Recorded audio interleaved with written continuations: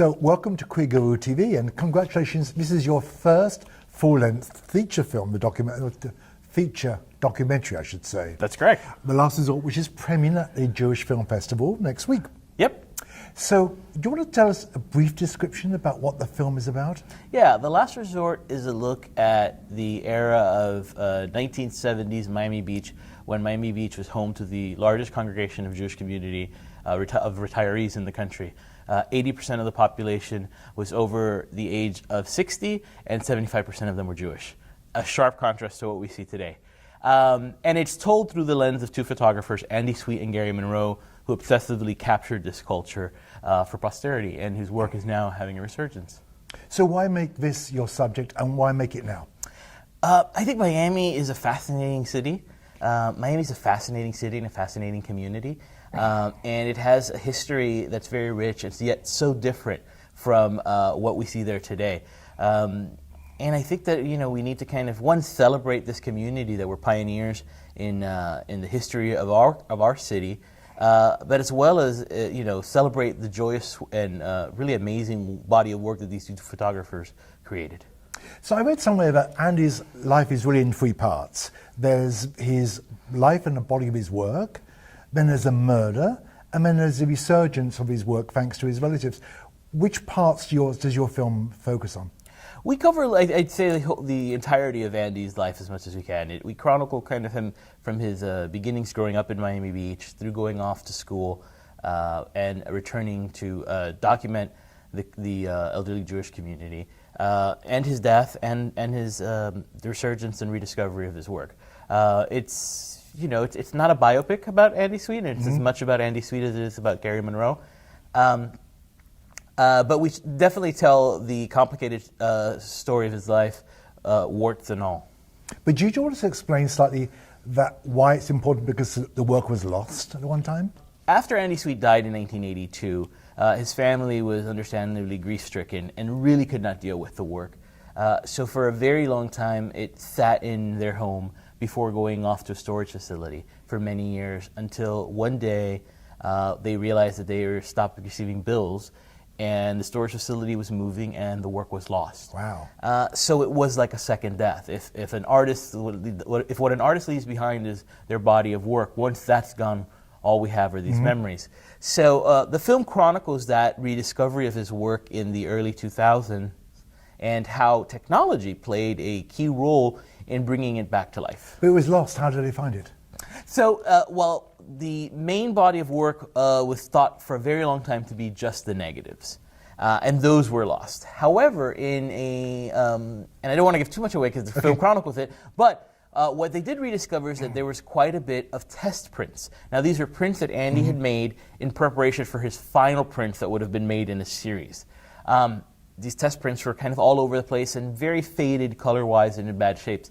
But thanks to the advent of technology like Photoshop, they were able to bring this back to life, coax the saturated colors that with Andy's signature style back into them, and breathe new life into a work that was once thought lost. So his work and your film has been feted by the Jewish community. How do you think millennials will relate to it? It's an interesting thing in that I think that while our film is about something very specific, this Jewish community of the 1970s and these two artists, I think it's about topics that are very universal as well. Changing communities, gentrification, how a city that we know and love looks so different, and how it's been reinvented multiple times. And I hope that it serves also as inspiration for millennials. Andy died when he was 28 and left in just a few years of photographing this breathtaking body of work. He was tireless, he was passionate, and he pursued those goals. And just imagine what he could have done more. So I hope that millennials will feel a connection. In many ways, it's also a very kind of time capsule, because what Andy was doing in the 70s with color, which was brand new, really, as far as art photography, not everybody was taking a camera. Not everybody had a camera hanging around their neck. These days, you have a camera in your pocket all the time and on your cell phone. So I hope it serves as inspiration. The wonderful thing, I think, that which is both very different but inspiring, is that there's so much of our history that is lost from a visual perspective, which is part of the power of Andy and Gary's work. And for all of the setbacks of technology and of being a disconnected community, the fact that we have a real in-depth documentation of our society now because of the advent of things like Instagram and mobile phone cameras, that's exciting. And I think millennials will, be embarking upon a kind of a new wave of art and photography because of it. And I hope that the film inspires them to do that. I mean, you keep mentioning Gary MONROE, who was his best friend, and he's always his photographic buddy, who shot many in black and white. So tactfully, why did Gary's work never get the same acclaim as Andy's, which it didn't? Yeah, it's certainly a difficulty. I mean, Gary's had a very illustrious career as a photographer and went on to do many things. In some ways, Andy had and it's difficult to contextualize this way, but Andy had the benefit of being frozen in time. Dying at 28, his work stopped there. And so he didn't go on to develop a full body of work outside of that, really photographing outside of this one particular community. And his career and his age were just frozen, and you forever had this 28-year-old that you could look at, his work. Gary went on to, first of all, finish the 10-year project that they set on to do, and to photograph extensively in Haiti and throughout the world, in Latin America, Cuba, and Europe, and the Middle East, and Asia. But I think the fact is that the style of photography was so different. Gary comes from a very classical background in photography. Very, black and white is what real photographers do. Whereas Andy was trying to do something different with color at a time where it was not very familiar. If you think back about how many pictures you have, even as family snapshots of color pre-1970s, there's not all that many. So I think that there's an excitement around that because we didn't get to see that community in that era in full, vibrant color. And the candy-colored hue of Andy's photographs have kind of a timeless appeal.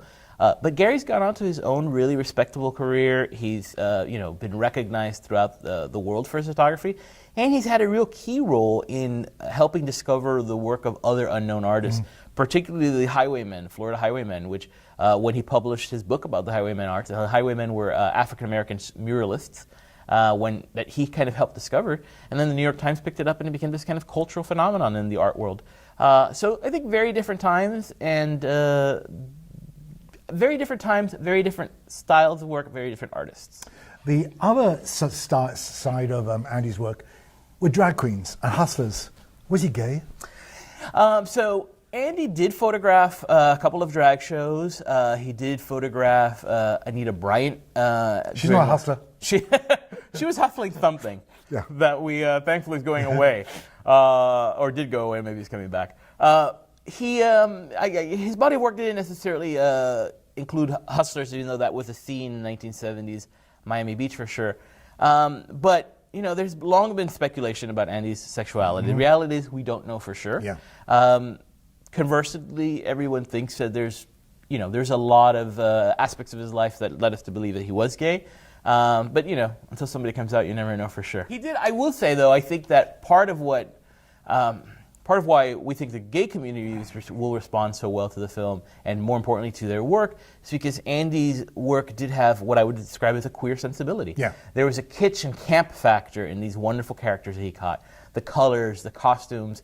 I mean, some of them, in being their authentic selves, were so over the top in a way that kind of, I think, the queer community really connects to. And the sense of otherness. I mean, this elderly Jewish community were often a corner in a way. And you juxtapose that with the fact that this is in the 1970s. This is exactly the same time as the rise of modern-day gay rights movements, including in Miami Beach. But there are two different worlds that were coexisting alongside each other and not really interacting until the tail end of the Jewish community's end in Miami Beach. So, two men were charged with a murder. One was let off, and one was imprisoned and then released early. Did you uncover anything new? Because it's still a mystery. When were you in your research? Did you find anything new about this at all? We chose early on not to make a film that was explicitly about the murder. As easy as it would have been to go down a more sensationalistic road, it is certainly an important part of the story. We like to think of it as it just being a telltale sign of how Miami was changing in the early 1980s with the onslaught of things like the McDuffie riots, the cocaine wars, and the Mario boat lift. it completely changed the face of the city and our community.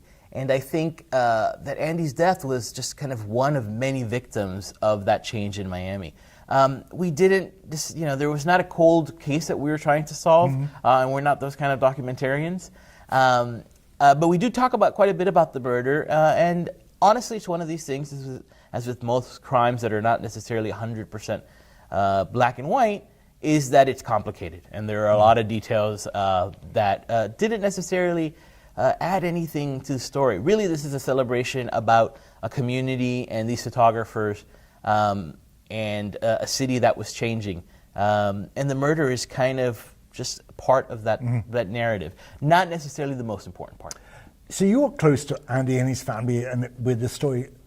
So what do you think he'd be doing if he was alive today? You know, it's really interesting, and I have thought about it a lot because in making the film, I was really, immersed in his work and seeing it. And you start to see that at the tail end of his work, he was really starting to open up his field of focus.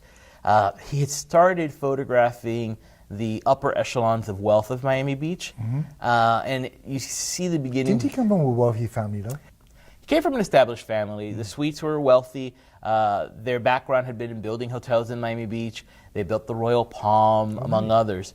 And his mother was kind of a socialite, and his father was an established attorney and later a judge in the city of Miami Beach. So he came back from a little bit of, he certainly had an upper echelon background, and which helped him gain access to this community he started photographing. So you could sort of see that in the beginning of his late work, that he's opening his field of interest. He had a huge passion about North Carolina and the communities up there. I think there's a good chance that he would have moved on. He would have finished this body of work and moved on, probably outside of South Florida, and embarked on different stuff. It's really hard to tell, and part of the mystery and part of the magic is that we will never know. So, after the world premiere here in Miami, what happens next to the film? That's the million-dollar question. Well, I asked it. Yeah, he's good at these. He comes up with them well. It's been very exciting to say that there's been this wealth of interest from film festivals around the country and people around the country that have really come out. We like to say that everybody's Nana used to live on South Beach, so everybody has a memory connected to it. So we're hoping for a really healthy film festival tour, and we hope that it will come to theaters in select cities, including South Florida. But we suspect that there will be lots of opportunities to see the film. Well, that's well said. So you're getting quite a reputation for filming very quirky subjects, from cats to people who do things around animals. What's next? Are you going to tell us? Florida is a wonderfully weird and fucked up place. Am I allowed to say fucked you up? Are. In your very classy show?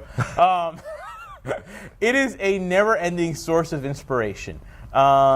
So there's a lot of Florida stories I want to tell, and reality is always kind of stranger than fiction, which is why documentary work has been so interesting to me.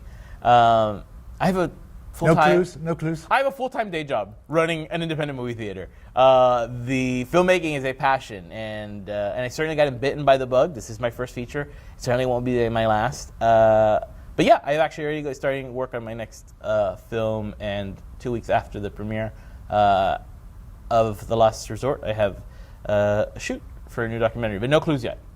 Just to say that camp and kitsch will continue to be part of what I do. So I'm in it? Maybe not that camp. Well, we're excited about the premiere, and thank you for talking to us. Thank you. And good luck. Thanks.